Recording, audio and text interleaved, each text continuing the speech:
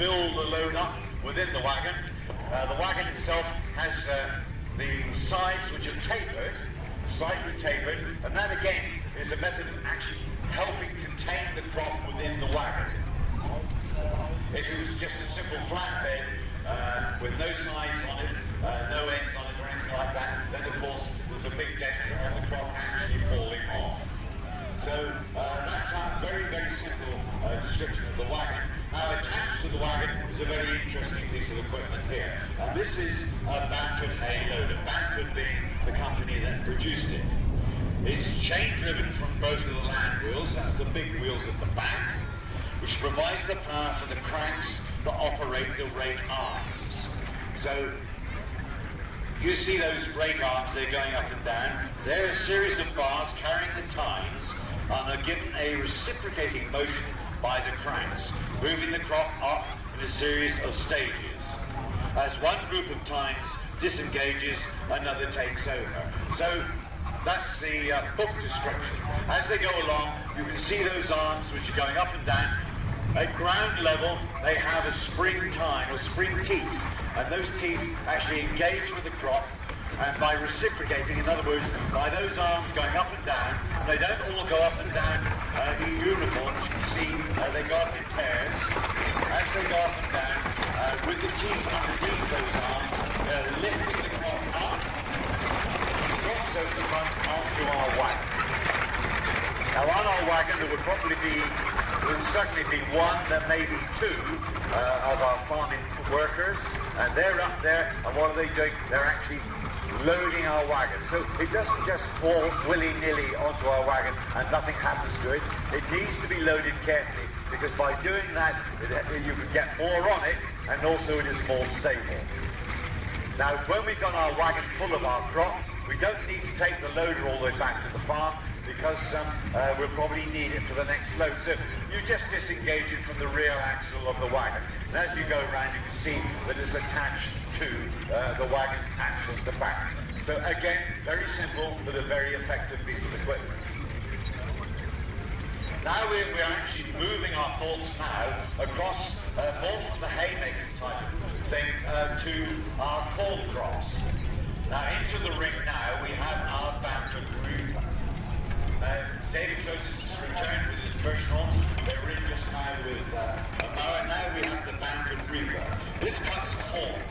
Now, again, the action of working the knives is the principle is exactly the same as our grass mower, but in this instance, behind the knife bed, we have those long wooden, well, call them slats or teeth if you like, and you have another operator sat there, and what he's able to do is to build up our cut corn as the knives cut it onto those slats at the back, and by depressing a foot pedal he can rake it off, and he can rake the corn off as far as possible. When he becomes expert he can do this, and he leaves it in reasonable bundles.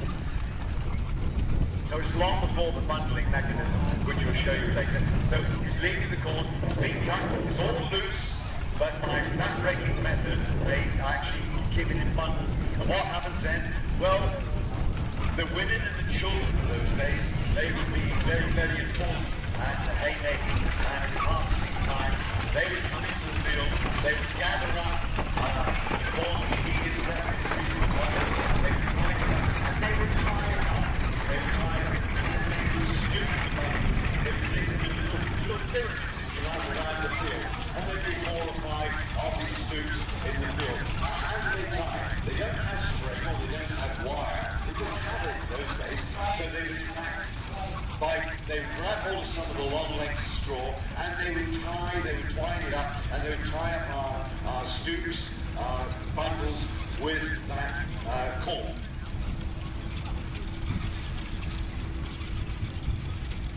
So again, you remember when I was talking about labour a little bit earlier on, I was mentioning how very intensive labour was on the farms in those days. As you can see, we have 2 men here, as you can see, with our wagon and our hay loader, minimum of 2, probably three men there. When it got back to the rick yard, there'd be another 3 or 4 men on the elevator, and so on. So very, very intensive. And those guys, when they were employed the whole year round, unless it was a big farm with a large acreage, when they would have some casual labouring, but most of the time it would be done by their own farm labour, and in peak times their wives and the children would become involved.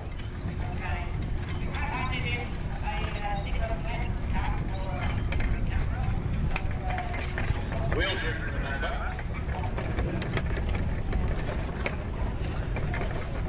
Now we're moving along in our progression.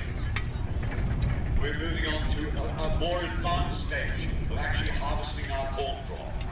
So there we are, we've got our corn in the fields there, and it's now ready for cutting.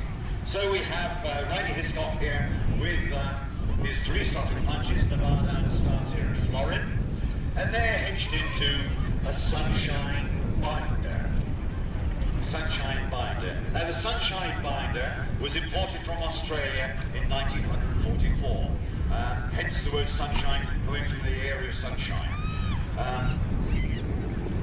Now the ships bringing these binders in, this is in 1944, remember, they had to dodge, first of all, the Japanese, because there was a world war going on, and we were fighting Japan there. If they managed to survive and get through the areas patrolled by the Japanese, they then had to face the German Navy, all on their way to the United Kingdom. So it was quite a feat actually to physically get the binder from Australia to the United Kingdom. Now, in order to qualify for a binder, the British farmer had to prove that he had sufficient work for such machinery. So, you know, they weren't haphazardly imported into the country. They were actually imported into the country in the World War, when everything was scarce, rationing was going on, and so on. They actually had to go to a farm that would require this machine and had sufficient work to keep that machine going at full strength. These binders were built, they were suitable not only to be horse propelled, but also to be propelled by a tractor. And towards the middle and the late part of the Second World War, gradually our horses were becoming less and less used on the land as tractors became more and more efficient, and they gradually took over from the horse. So this binder would be used, or could be used, by either a horse or a tractor. Again, wheel driven. Now the knotters, that is the piece of equipment which actually ties the knot.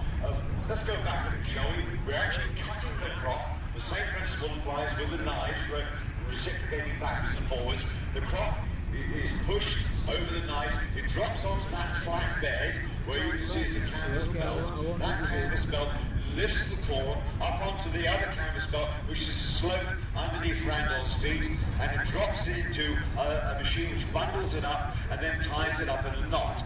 But those big sails, which are in front of Randy there, they're actually guiding our crop, guiding our corn down onto the knives. But as it gets over the top of the bed, it drops down, it's bundled up, and it's then knotted up, tied up. Now, some very ingenious guy, he actually had invented a piece of equipment which would actually mechanically get hold of the string, would bundle it, tie it around the bundle, and it would then tie a knot. So these knotters were actually developed by a well-known company called McCormick's, who took on the original invention, and they actually developed it, and it then became, well, it's a basic type of thing, and the same design where knotters are required are used in modern-day machinery. Now this binder, when it came into England in 1944, went straight to a farm in Malmesbury, over in North Wiltshire, and it spent all of its working life there until just over 8 years ago, when it changed hands, and the present owner of the binder then has spent the last 8 years completely renovating and completely rebuilding this binder. When he actually discovered it on this farm, because it hadn't been used for donkey's years, and well, you would look at it and say, well, really, it's just a bundle of old scrap. But this gentleman, with true love, true ingenuity, has actually rebuilt it, constructed it back to its original. So this is as it would be. And in fact, interestingly enough, he was telling me this morning that he just completed the work last winter, and he has, to try it out, he has in fact reaped 7 acres with it this year. So we know that it works, and next year he plans to, in fact, make greater use of it, because with this type of equipment, these days, you know, most of the corn and so on is cut by a combine harvester, and the straw which is left behind is either burned or reconsumed into the land, or is used for animal bedding and animal feed. But with our binder, if we're growing, our farmers are growing wheat for thatch, then this is the way in which they would cut it. And a lot of thatch is still being grown, although probably insufficient to meet the demand, is still going. And I know within 20 miles of this showground, there's quite a lot of wheat is grown for thatch. This is the machine we're doing. Why do they use it? Because it doesn't damage the straw, it doesn't damage the stalks, and therefore it bunches it up nicely. And when the corn is later on thrashed out of that, it is still very suitable for thatching. So a very, very important piece of equipment, even on these days of modern agriculture. So there we are, ladies and gentlemen, in the last hour. Seems to have gone reasonably quickly, doesn't it? We've given you just a little bit of a tiny glimpse into some of the machinery that would have been used on our farms, well, up until early Second World War, some of it until the middle of the Second World War, but from around about the 1850s, 1860s, up until about the 1930s. So the type of machinery that would have been used on our farms during